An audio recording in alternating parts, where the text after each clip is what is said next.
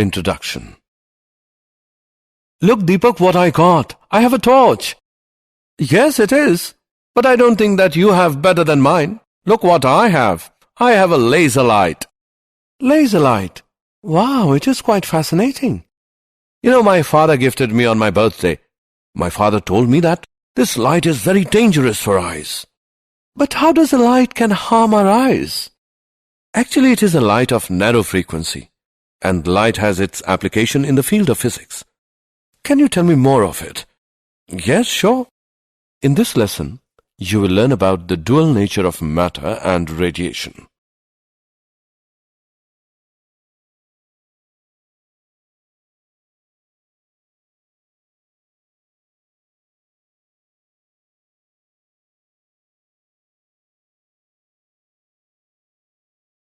Objectives. At the end of this lesson, you will be able to explain the electron emission, explain the photoelectric effect, discuss wave theory of light, state Einstein's photoelectric equation, find energy of photon, explain the particle nature of light, explain wave nature of matter, state Heisenberg principle, explain Davison and Germer experiment.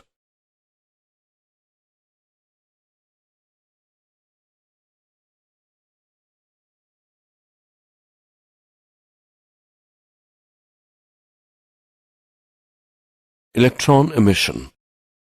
In some solids called metals, the electrons, particularly outer ones, are so loosely bound to their parent atom that they can easily move from one atom to the other and move about in the solid. These electrons are called free electrons as they are free to move inside the solid but cannot leave the solid on their own. These electrons are held inside the metal surface by the attraction of the ions and of surface forces. Thus, these electrons require a certain amount of energy in order to come out of the metal surface. The minimum amount of energy required to emit electrons out of the metal surface is called the work function, phi0 of the metal. This minimum energy work function required for electron emission from the metal surface can be supplied to the metal in any of the following ways. Field emission. Electron can be made to leave the metal surface by applying strong electric field. Thermionic emission. By heating the metal, sufficient thermal energy is received by the free electrons to overcome the attractive pull of metal surface. Photoelectric emission. Free electrons from the metal can also be released by supplying energy to them in form of light.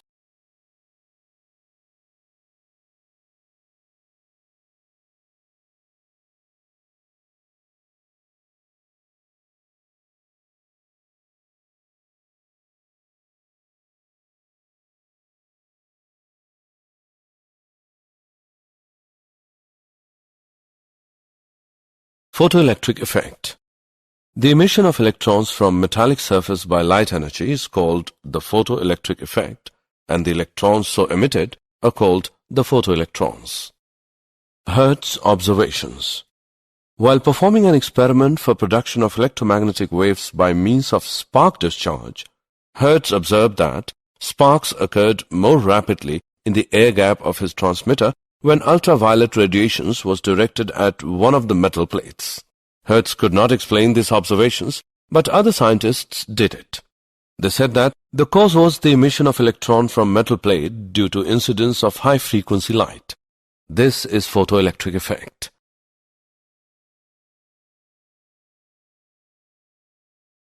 Hallwalks and Lenard's observations.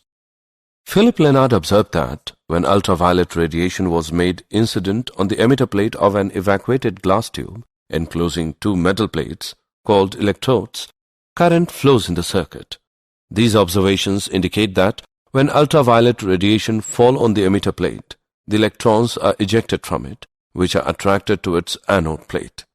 The electrons flow through the evacuated glass tube, completes the circuit, and current begins to flow in the circuit. Then Lenard and Hallwalks studied further by taking a zinc plate and an electroscope. The zinc plate was connected to an electroscope. They observed that when an uncharged zinc plate was irradiated by ultraviolet light, the zinc plate acquired positive charge. When a positively charged zinc plate is illuminated by ultraviolet light, the positive charge of the plate was increased. When a negatively charged zinc plate was irradiated by ultraviolet light, the zinc plate lost its charge. All these observations show that when ultraviolet light falls on zinc plate, the negatively charged particles, that is, electrons, are emitted.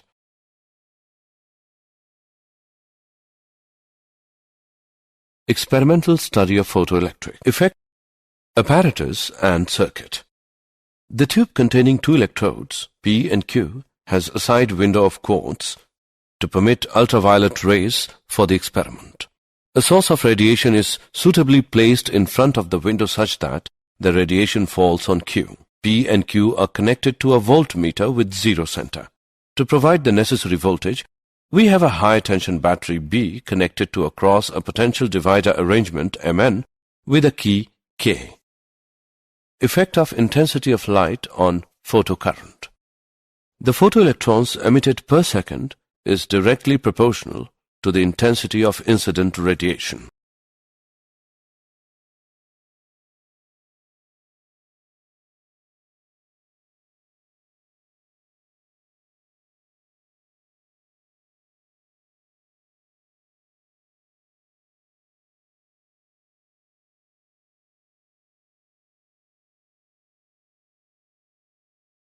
Effect of potential on photoelectric current.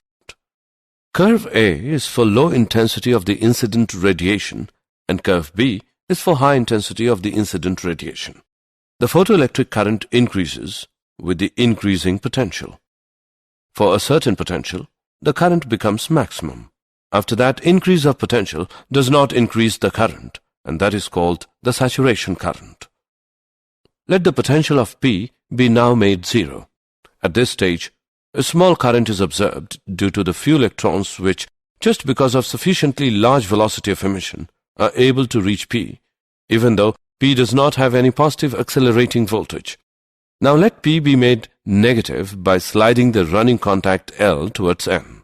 The current begins to fall off rapidly, and at a given fixed value of potential, minus V0, the current becomes zero, and the photoelectric emission will stop altogether. This voltage, V0, is called the stopping potential. Photocurrent is zero when the stopping potential is sufficient to repel even the most energetic photoelectrons with the maximum kinetic energy, Kmax, so that Kmax is equal to EV0.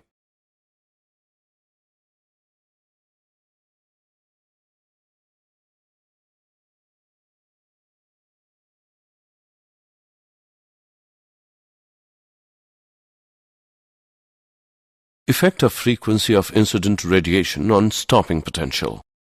Photoelectric current remains unaffected by change of frequency, but stopping potential increases with increase of frequency of incident light. If we plot a graph for stopping potential V0 against frequency V of incident light, it is in the form of a straight line. If frequency is continuously decreased, the stopping potential becomes zero at a certain frequency. This frequency is called the threshold frequency. Thus, threshold frequency is the minimum frequency of incident light at which the stopping potential or maximum kinetic energy of emitted electrons becomes zero. If the frequency of incident light becomes less than the threshold frequency, the photoelectric effect does not occur. Photoelectric effect and wave theory of light. According to wave theory, the kinetic energy of photoelectrons must depend on the intensity of incident light. But according to experimental observations, the kinetic energy of photoelectrons does not depend on the intensity of incident light. According to wave theory, the light of any frequency can emit electrons from metallic surface provided sufficient intensity of light. But according to the experimental observations, the light of frequency less than threshold frequency cannot emit electrons, whatever the intensity of incident light may be. According to wave theory, the energy transferred by light waves will not go to a particular electron, but it will be distributed uniformly, so emission of electrons will take some time. But experimental observations show that The emission of electrons take place instantaneously after the light is incident on the metal, whatever the intensity of light may be.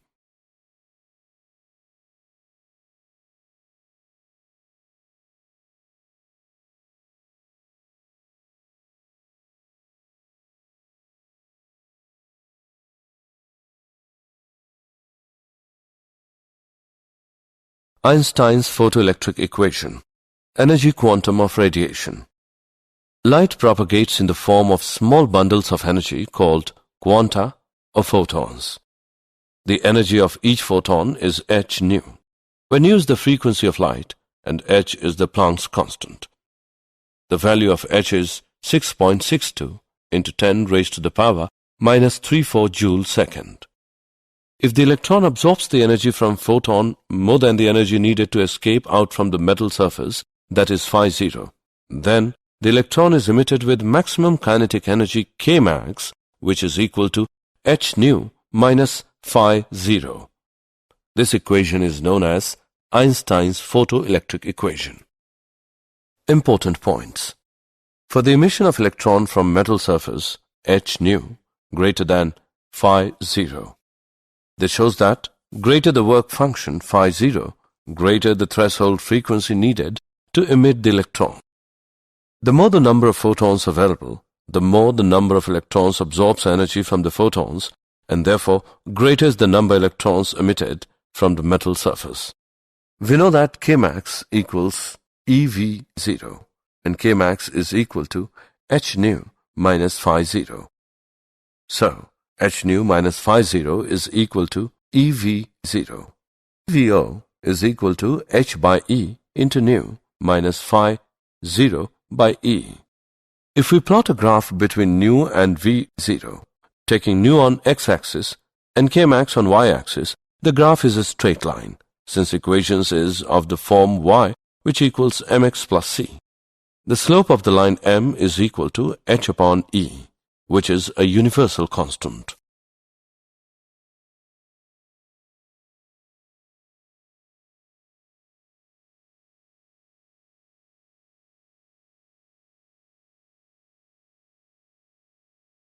Example.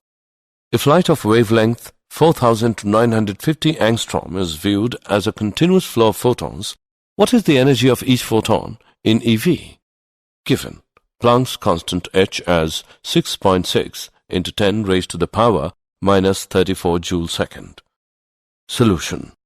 The energy of photon can be found by E as h nu, E equals hc by lambda, name it as equation 1. C is the speed of light, which is 3 into 10 raised to the power 8 meter per second. From equation 1, E equals 6.6 into 10 raised to the power minus 34 into 3 into 10 raised to the power 8 by 4950 into 10 raised to the power minus 10 joule. After solving, we get E as 4 into 10 raised to the power minus 19 joule. It can be expressed in eV, E as 4 into 10 raised to the power minus 19 by 1.6 into 10 raised to the power minus 19 eV. E is equal to 2.5 eV. Particle nature of light, the photon.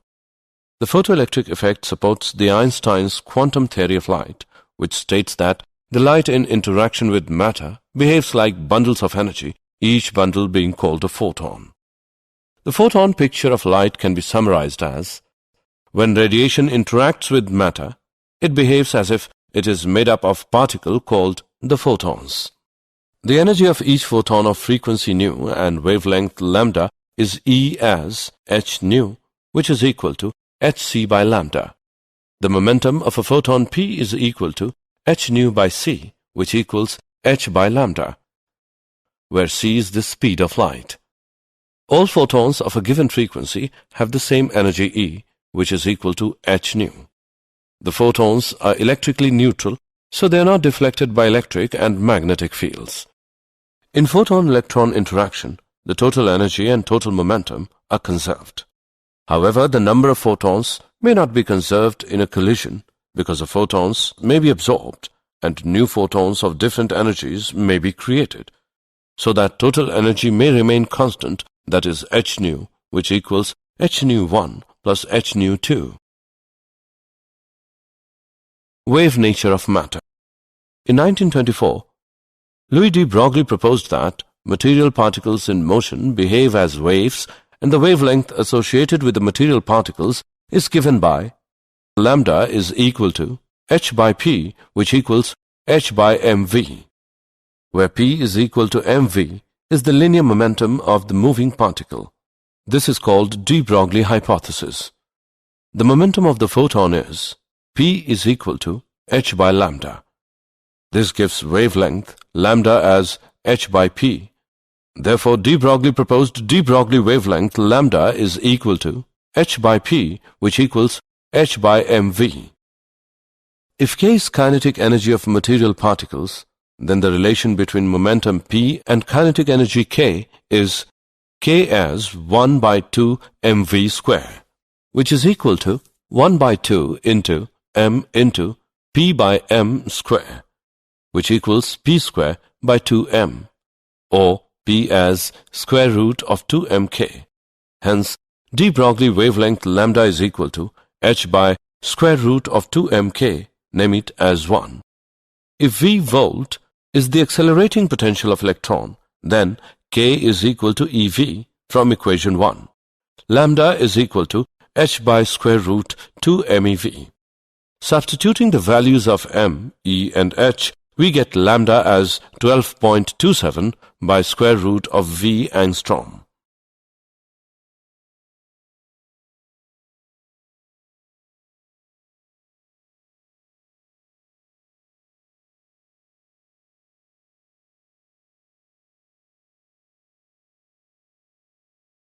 Example. Calculate de Broglie wavelength associated with electrons accelerated through a potential of 5 kilovolt. Solution. Given V is equal to 5 kilovolt, which equals 5000 volt. From the formula given below, we can find the de Broglie wavelength. Lambda is equal to 12.27 by square root of V angstrom. Lambda plus is equal to 12.27 by square root 5000 angstrom, which equals 0.173 angstrom.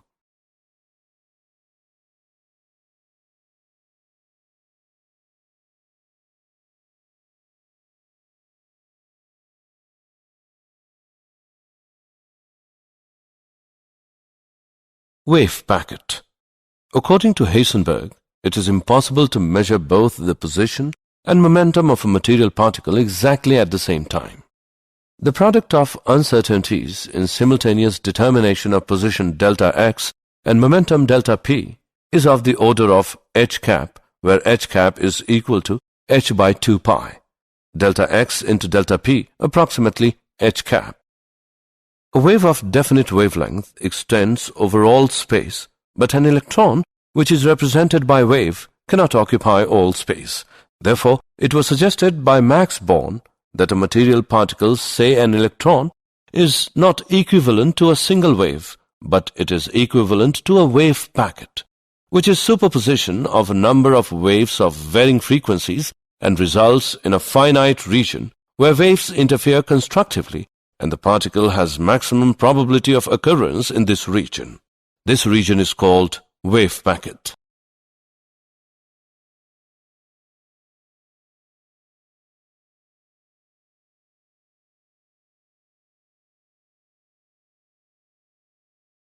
Davison and Germer experiment. The given figure shows the set of Davison and Germer experiment. The electrons are accelerated to the desired energy by applying potential from a high-tension HT battery to a cylinder A, having fine holes along its axis so that a fine beam emerges along the axis of the cylinder. The beam is directed at a block of nickel crystal known as the target T that is capable of rotating about an axis parallel to the incident beam direction. The electrons are scattered in all possible directions by the atoms of the crystal. The intensity of the scattered electron beam in a particular direction is measured with a Faraday cylinder called the collector C. The collector can be moved along a graduated cylinder scale S and is connected to a sensitive galvanometer. The deflection of the galvanometer is proportional to the intensity of scattered electron beam entering the collector. The variation of the intensity I of the scattered beam with the scattering angle theta is measured for various electron energies. From de Broglie relation, the de Broglie wavelength associated with the 54 eV electrons can also be determined. For these electrons accelerated through a potential difference of 54V, lambda is equal to h by p, which equals 1.227 by square root of v. Nanometer is equal to 1.227 by square root of 54 nanometer equals 0.166 nanometer. The Davison-Germer experiment thus provides direct verification of de Broglie hypothesis of wave nature of material particles.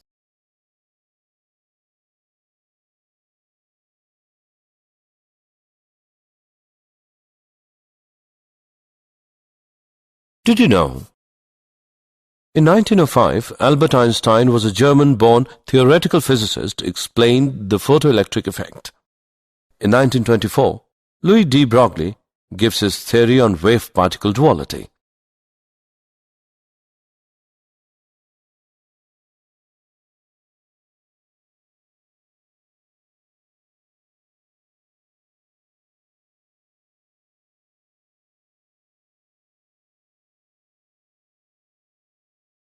Summary.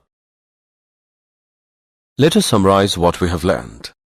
The minimum amount of energy required to emit electrons out of the metal surface is called the work function phi0 of the metal. The energy can be supplied in three ways: field emission, thermionic emission, photoelectric emission.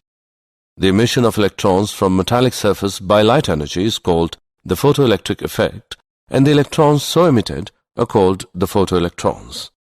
Photoelectric current depends upon intensity of incident light, applied potential, frequency of incident light.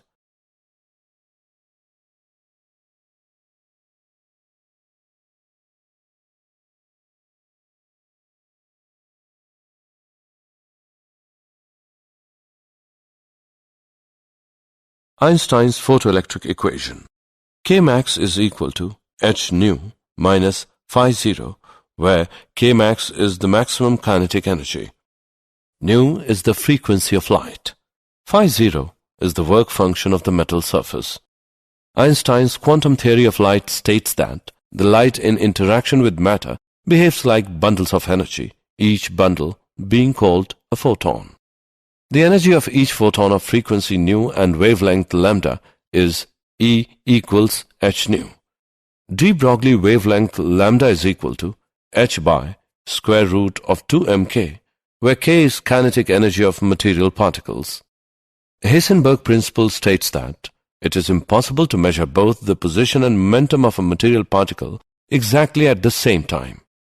The Davison-Germer experiment provides direct verification of de Broglie hypothesis of the wave nature of material particles.